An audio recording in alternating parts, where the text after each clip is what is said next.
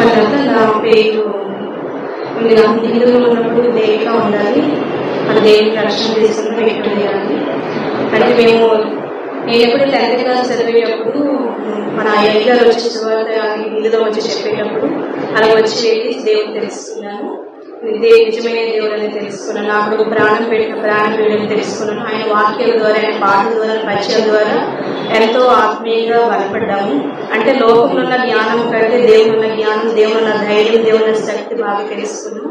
ఆ తర్వాత మా జీవితంలో 5 రకాల వివాహంలో అన్ని కార్యాలు దేవుడు చేశారు ప్రార్థన ద్వారా.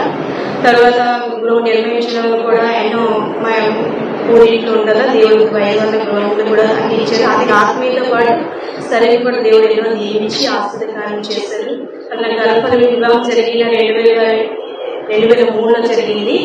నా డిగ్రీ కంప్లీట్ అయిన తర్వాత ఆ తర్వాత నాకు 4 సంవత్సరాలు 2007 నాకు గర్భఫలం 4 సంవత్సరాలు గర్భఫలం లేకుండా చాలా ఇబ్బందులు పడినప్పుడు నెగిటివ్ బట్టి పాజిటివ్ నిలబడి ఎన్నో ఇబ్బందులు పడితే దేవుని దయ వల్ల నాకు దేవుని సన్నిధిలో అయ్యగారు వైవేశ్వరుని సన్నిధిలో ప్రార్థన చేయడం వల్ల, అయ్యగారు ప్రార్థన చేయడం వల్ల నాకు గర్భఫలం ఇచ్చారు. అప్పటికి పెట్టుకుని ఎన్నో వ్యాధులు బాధలతో పాటుపడి ఎన్నో ఇబ్బందులు పడి చిన్నప్పటి నుండి వ్యాధులతో ఉన్నప్పుడు దేవుని సన్నిధికి వచ్చి ప్రార్థన చేసేటప్పుడు దేవుని కూడా ఎంతో మరణకాలంలో కూడా మరణించే స్థితిలో ఉన్నప్పుడు కూడా దేవుడు బ్రతికించి లేవనెత్తారు. ఇప్పుడు దేవుడు నా బిడ్డను కాలేజ్ స్థాయికి నడిపించారు.